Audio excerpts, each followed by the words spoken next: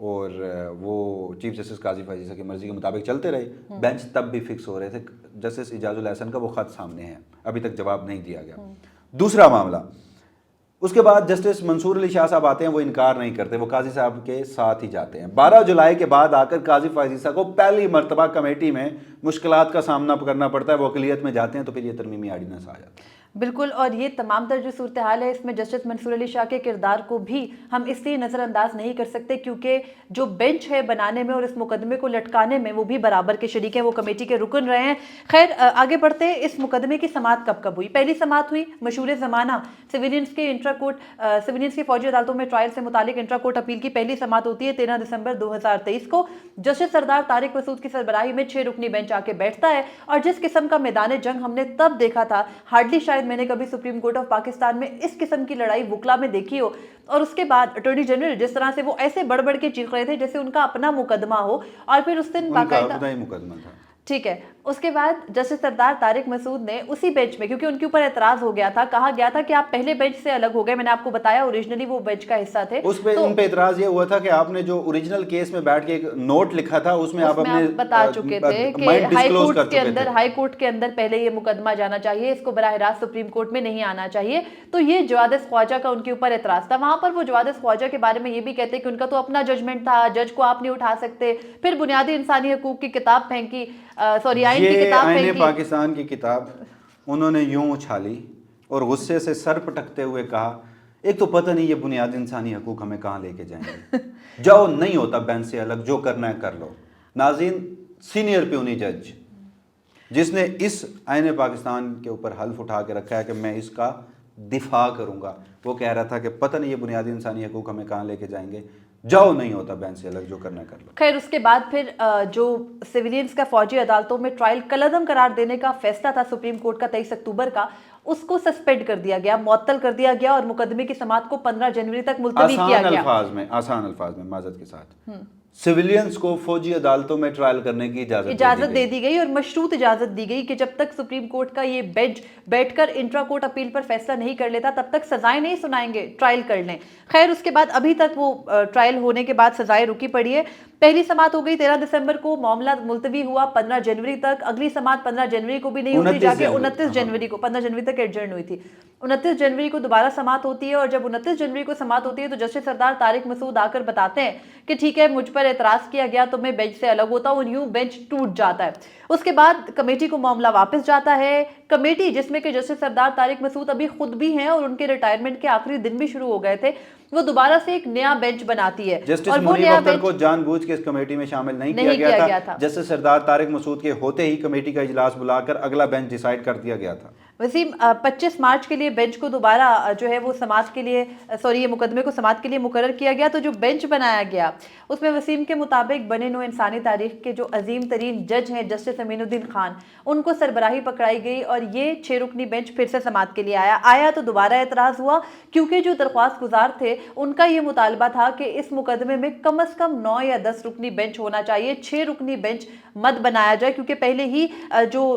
Already order آ چکا ہے originally وہ 5 ممبرز بینچ کا ہے. خیر اس کے بعد ایک سماعت ہوئی 25 مارچ کو, تب رمضان تھا, تو پوچھا گیا کہ اچھا کتنے لوگ ہیں, بتایا گیا 103 کے 105 ہے. تو پھر پوچھا گیا ان میں سے کم سزائیں کس کی ہیں. اٹارنی جنرل نے بتایا کہ کم سزائیں جو ہے وہ 15-20 لوگوں کی ہوں گی. ایگزیکٹ فگر مانگا گیا, اور پھر آرڈر دیا گیا کہ جن لوگوں کی کم سزائیں ہیں جو مکمل کر چکے, کیونکہ پچھلے سال مئی سے ہیں, مارچ تھا, اور تقریباً 10 ماہ کا عرصہ پورا ہو چکا تھا, تو جو کم سزاؤں والے تھے ان کی لسٹ مانگی گئی, اور ان کو عید سے پہلے 28 مارچ 2024 کو 20 لوگوں کو چھوڑ دیا گیا. ان 20 لوگوں نے جو کہانیاں سنائی وہ تو الگ, لیکن اس کے بعد جو 103 میں سے رہ گئے, یہاں پر 105 میں سے غالباً رہ گئے 85 افراد, اور ان 85 کے بعد پہلی سماعت ہوتی ہے. دوبارہ سے بینچ کے اوپر اعتراض ہوا تھا 28 مارچ کو بھی, اور 28 مارچ کے بعد دوبارہ ججز کمیٹی کو بینچ بھیجا گیا. پھر ججز کمیٹی جس کے اندر جسٹس منیب اختر بھی شامل تھے, ان کی مخالفت کے باوجود جسٹس منیب اختر کا موقف تھا 9 رکنی بینچ بنایا جائے, لیکن 7 رکنی بینچ بنایا گیا. جسٹس امین الدین خان ہی سربراہی کر رہے تھے. جسٹس منصور علی شاہ نے مکمل سہولت کاری اس سارے مرحلے پر 12 جولائی سے تب تک وہ چیف جسٹس قاضی فائز عیسیٰ کے دوست ہوا کرتے تھے. اس کے بعد اگلی جو سماعت ہوئی 7 رکنی بینچ کی وہ 24 اپریل 2024 کو ہوئی. 85 افراد کسٹڈی میں ہیں۔ اس کے بعد 8 جولائی 2024 کو دوبارہ سماعت ہوتی ہے اور 8 جولائی کی سماعت میں باقاعدہ میرٹس کے اوپر شروع ہوتے ہیں دلائل، اور بغیر کسی وجہ کے مقدمے کو چھٹیوں کے بعد تک ملتوی کر دیا جاتا ہے، اور اب چھٹیاں ختم ہوئے بھی 1 ماہ کا عرصہ مکمل ہو رہا ہے اور مقدمے کو سماعت کے لیے نہیں میں بینچ کے اوپر ایک کامنٹ کر دوں۔ جو بینچ بنایا گیا تھا جسٹس منصور علی شاہ اور چیف جسٹس قاضی فائز کی جانب سے، جسٹس امین الدین خان بینچ کو ہیڈ کر رہے ہیں، جسٹس جمال خان مندوخیل ہیں، جسٹس جو محمد علی مظہر ہیں، جسٹس حسن اظہر رضوی ہیں، جسٹس عرفان سادات ہیں، جسٹس شاہد بلال ہیں اور جسٹس شاہد وحید ہیں اور جسٹس شاہد بلال حسن ہیں۔ اب اس سارے معاملے میں دیکھیے کتنا یہاں پہ جب میں نے یہ سنا تو میں مزید کچھ نہیں کہتا، لیکن میں آپ کو انفارمیشن دے دیتا ہوں۔ ان 7 ججز میں سے باقیوں کا تو مجھے نہیں پتا، ایک جج صاحب ایسے بھی ہیں جو یہ کہتے پائے گئے ہیں کہ انہیں کمیٹی نے کس مصیبت میں پھنسا دیا ہے، وہ کس طریقے سے اس بینچ سے خود کو الگ کریں۔ تاثر یہ بھی ہے کہ متعدد ججز یہ مقدمہ سننا نہیں چاہتے، لیکن اس کے پیچھے 85 خاندان جڑے ہیں اور ان کی حالت زار کو ہم بالکل بھی اس سارے ٹائم پیریڈ میں اگنور نہیں کر سکتے۔ میں یہ چاہتا ہوں کہ آپ ذرا بتا دیجئے کہ وہ جو 85 افراد ہیں، جب ان کو فوجی تحویل میں لیا گیا تھا تب سے لے کر آج تک ان کی حالت زار کیا ہے، انہیں کہاں کہاں رکھا گیا ہے، اور پھر اس سے قبل انہیں سزائیں سنا دی ہیں۔ مجھے ذرا یہ بتائیں کہ ان کا موجودہ لمحے میں، جب ہم آج یہ ویڈیو ریکارڈ کر رہے ہیں اور آج تاریخ ہے غالباً 29 ستمبر 1:30 بجے کا وقت ہو چکا ہے، ان کا موجودہ لمحے میں سٹیٹس کیا ہے؟ دیکھیے اس وقت وہ فوجی تحویل میں ہیں اور ان کو اس وقت جو ان کا سٹیٹس ہے وہ یہ ہے کہ سزائیں ان کو ہو چکی ہیں، لیکن وہ سزائیں اناؤنس نہیں ہوئی پبلکلی، مطلب ان کے وکلا کو یا ان کی فیملیز کو نہیں معلوم کہ ان کو سزائیں ہوئی کیا ہے۔ جو ایک سیکشن ان کے اوپر لگایا گیا ہے وہ ہے آفیشیل سیکرٹ ایکٹ کا سیکشن 3۔ آفیشیل سیکرٹ ایکٹ کا سیکشن 3 یہ کہتا ہے کہ اگر کوئی شخص کسی پروہیبٹڈ پلیس پہ، یعنی جس جگہ پر ممانعت ہے جانے کی، اس جگہ پر جائے گا، اس جگہ کو اپروچ کرے گا تو اس کو سزائیں ہوں گی۔ اور اس میں ایک اور جو اسی کے اندر آفینس ہے وہ یہ ہے کہ جب آپ کسی ملک دشمن کو راستہ دکھاؤ گے ان خفیہ جگہوں کی تو آپ کے اوپر وہ سزا لگے گی، لیکن نہ ہی یہ مقدمہ اپروچنگ کا ہے، نہ ہی یہ مقدمہ اس جگہ تک پہنچنے کا ہے، اور نہ ہی کسی ملک دشمن کا ابھی تک یہ کلیئر ہو سکے۔ لیکن دیکھنا یہ سزائیں جو مین آفینس ہے وہ یہی ہے کہ ایک غیر ممنوعہ علاقے میں یہ سویلینز لوگ داخل ہو چکے تھے۔ اب یہاں پر آئرنی دیکھیے کہ ترجمان افواج پاکستان آ کر متعدد مرتبہ پریس کانفرنسز میں کہہ چکے ہیں، کور کمانڈر کانفرنس اور فارمیشن کمانڈر کانفرنس کے اعلامیہ آ چکے ہیں، جس میں ہمیں یہ بتایا گیا کہ irrefutable evidences، اور یہ کہا گیا کہ یہ جو احتجاج تھا، یہ جو 9 مئی اور 10 مئی کے واقعات تھے، یہ ملک سے غداری، ادارے میں بغاوت اور دہشت گردی کے زمرے میں آتے ہیں۔ میں آپ کو یہ بتاتی ہوں کہ یہ جو 85 افراد ہیں اب تحویل میں، یا پہلے اوریجنلی 105 یا 103 افراد تھے، ان سے کیا کچھ کہا جاتا رہا، کس طرح سے یہ جو irrefutable evidence ہے، یعنی ناقابل تردید شواہد ہیں جن کی وجہ سے یہ سزائیں ہو رہی ہیں۔ تو میں یہ چاہتا ہوں کہ مطلب میں یہ سمجھنے کی کوشش کر رہا ہوں، معذرت کے ساتھ میں یہ سمجھنے کی کوشش کر رہا ہوں کہ یعنی آپ کے پاس جیو فینسنگ کے علاوہ کچھ نہیں ہے؟ نہیں ہے، جیو فینسنگ کے علاوہ تو کیا آج تک ویڈیو ثبوت کوئی نہیں دیا گیا۔ جیو فینسنگ ہوتی کیا ہے؟ اب دیکھیے غیر ممنوعہ علاقے میں کوئی شخص داخل ہوا تو اس کا آپ نے آئیڈیا لگایا جیو فینسنگ سے، کیونکہ یہ پراسیکیوشن جو ہے، گورنمنٹ کی پراسیکیوشن جو ہے وہ سپریم کورٹ آف پاکستان میں بتا چکی ہے، لاہور ہائی کورٹ میں بتا چکی ہے۔ جیو فینسنگ کے تحت آپ نے ان لوگوں کو فوجی تحویل میں رکھا ہوا ہے۔ جیو فینسنگ کیا؟ جیو فینسنگ بیسکلی یہ ہوتا ہے کہ اگر آپ کے پاس کوئی بھی جو ڈیوائس ہے، وہ ڈیوائس ہے اور اس ڈیوائس کی وہاں پر موجودگی پائی گئی ہے، وہ آپ کا موبائل فون ہے، اس اسپیسیفک ایریا میں۔ فار انسٹنس اگر میرا گھر کور کمانڈر ہاؤس لاہور کے قریب ہے، یا میں وہاں کام کرتی ہوں اور میں سامنے سے گزر رہی ہوں، میرے سگنلز وہاں کیچ ہوئے تو مجھے بھی گرفتار کر لیا جائے گا، اور ایسے کیسز ہم نے دیکھے ہیں۔ یہ جیو فینسنگ کا ثبوت ہے۔ لیکن اس سے بھی بڑھ کے آپ نے ابھی کہا کہ غیر ممنوعہ علاقہ جو ہے اس میں داخل، ممنوعہ علاقہ اس میں داخل ہونے پر یہ سارا کچھ کیا گیا ہے۔ تو جہاں تک مجھے خیال پڑتا ہے کہ جو ممنوعہ علاقے ہوتے ہیں وہ عام پبلک کو بتانے کے لیے اس میں گزٹ میں وہ نوٹیفیکیشن کیا جاتا تو ہے کہ یہ ممنوعہ علاقے۔ کیا لاہور کا جو جناح ہاؤس تھا اس کا کوئی گزٹ نوٹیفیکیشن جاری کیا گیا تھا پہلے سے؟ یہ صرف لاہور کا جناح ہاؤس نہیں ہے، بلکہ لاہور، پنجاب سمیت کے پی کے متعدد علاقے ہیں، اور کسی کا بھی ایسا گزٹ نوٹیفیکیشن نہیں ہے کہ یہ ممنوعہ علاقہ ہے۔ آگے بڑھتے ہیں، جو یہ 105 افراد ہیں، اب وہ 85 رہ گئے، ان میں سے 20 کو چھوڑ دیا گیا، لیکن وہ جو افراد ہیں ان کو پہلے جب گرفتار کیا گیا مئی میں تو کہا یہ جاتا ہے کہ سپریم کورٹ نے جب تک ان کو پروڈیوس کرنے کا، ان کو ان کی فیملی سے ملنے کا حکم نہیں دیا تھا، تب تک ان افراد کو مختلف ایجنسیز کی تحویل میں رکھا گیا۔ ان کے اہل خانہ کو نہیں معلوم تھا کہ وہ کہاں پر ہیں۔ اس دوران ان کی کسٹڈی لی گئی، جو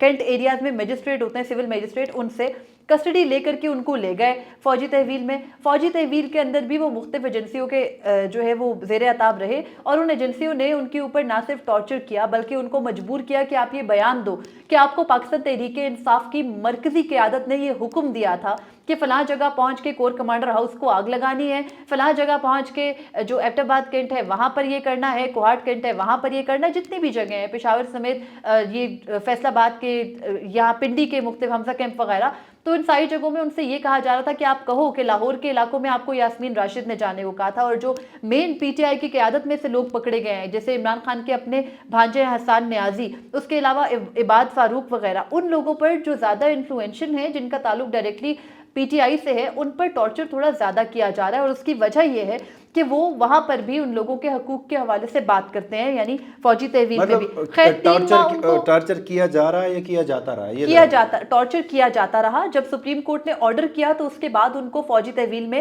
باقی جو پرزنرز ہوتے ہیں، قیدی، انہی کی طرح رکھا گیا، اور اس کے بعد ان کو ان کے اہل خانہ سے بھی ملنے دیا گیا۔ لیکن حیران کن بات اس کے اندر یہ بھی ہے کہ یہ ان افراد کے بارے میں بات کر رہی ہوں جو لاہور بیسڈ ہیں، جو کہ جانی مانی جگہوں پر ہیں، جیسے لاہور کینٹ میں جن کو رکھا گیا ہے، یا غالباً فیصل آباد میں بھی ہیں کچھ اب جو باقی ہیں فیصل آباد وغیرہ میں یا پنجاب کے مختلف علاقوں میں، پہلے مختلف جگہوں پر تھے، اب کافی کو اکٹھا کر دیا گیا ہے۔ تو جب وہ مختلف جگہوں پر تھے تو صرف جو مین شہروں میں تھے نا، جیسے لاہور میں یا جیسے پنڈی وغیرہ میں، ان کو ان کے اہل خانہ سے ملنے دے رہے تھے سپریم کورٹ کے آنکھوں میں دھول جھونکنے کے لیے، لیکن جو دیگر شہروں میں تھے ان کا ان کے اہل خانہ سے کوئی رابطہ نہیں تھا۔ خیر بہرحال بعد میں سپریم کورٹ کا آرڈر بھی آ گیا، اس بات پہ متعدد حکم نامے بھی آئے ان کو فیسیلیٹیٹ کرنے کے، فیسیلیٹیٹ کر دیا گیا۔ لیکن جو لوگ وہاں پر رہے اندر، جو بعد میں چھوٹ کر بھی آئے، ان کا یہ بتانا ہے کہ ان کو مجبور کیا جا رہا تھا، باقاعدہ ان کو کئی گھنٹے بٹھائے رکھا جاتا تھا، 15 گھنٹے کی ان سے تفتیش کی جاتی تھی، مختلف قسم کے بالکل، اور ان کو ٹارچر کیا جاتا تھا، یہاں physically تک کہ ناخن نکالنے تک کے بھی ان کو دھمکیاں دی جاتی تھی۔ تو اس کے بعد وہ ان سے کنفیشن سٹیٹمنٹس لی گئیں۔ اب ان سب کے ٹرائل مکمل ہو چکے ہیں، ان کو ان کے اہل خانہ سے بھی ملنے دیا جاتا ہے، لیکن سب سے زیادہ ٹارچر 2 لوگوں کا نام زیادہ آتا ہے، آئی تھنک 3 لوگوں کا نام زیادہ آتا ہے۔ ایک وکیل ہے، ایک حسان نیازی ہے، حسان نیازی کے ساتھ ایک اور وکیل ہے غالباً، اور اس کے علاوہ عباد فاروق ہے جن کے اپنے بیٹے کی بھی ڈیتھ ہوئی تھی اسی دوران۔ تو خیر یہ پورا معاملہ ہے، اس میں اب مسئلہ یہ ہے کہ سزائیں ہو چکی، وہ اہل خانہ جو لوگ باہر آ چکے وہ باقیوں کے اہل خانہ کو کنونس کر رہے ہیں کہ آپ کہو اپنے جو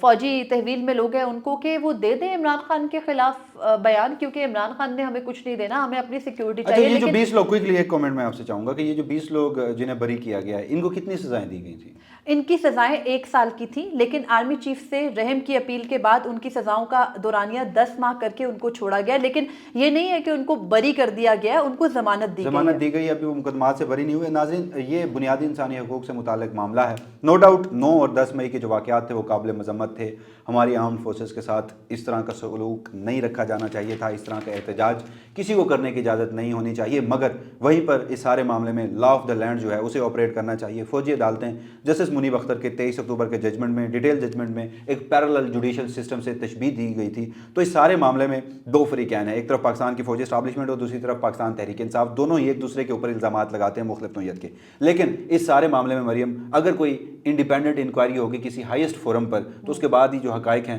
وہ پتہ سامنے آ سکیں گے۔ لا آف لینڈ کو آپریٹ کرنا چاہیے، مگر سول لا آف لینڈ کو آپریٹ کرنا چاہیے اور بنیادی انسانی حقوق کا خیال رکھا جائے۔ آخر میں ہم سے اتنی بات کریں گے کہ جو سویلینز کا فوجی عدالتوں سے متعلق تفصیلی فیصلہ تھا 23 اکتوبر 2023 کا، اس کا پہلا پیراگراف ہی کافی ہے اس تمام تر بات کو جسٹیفائی کرنے کے لیے، جس میں جسٹس منیب اختر یہ لکھتے ہیں کہ لارڈ ایٹکن نے یہ کہا تھا کہ جب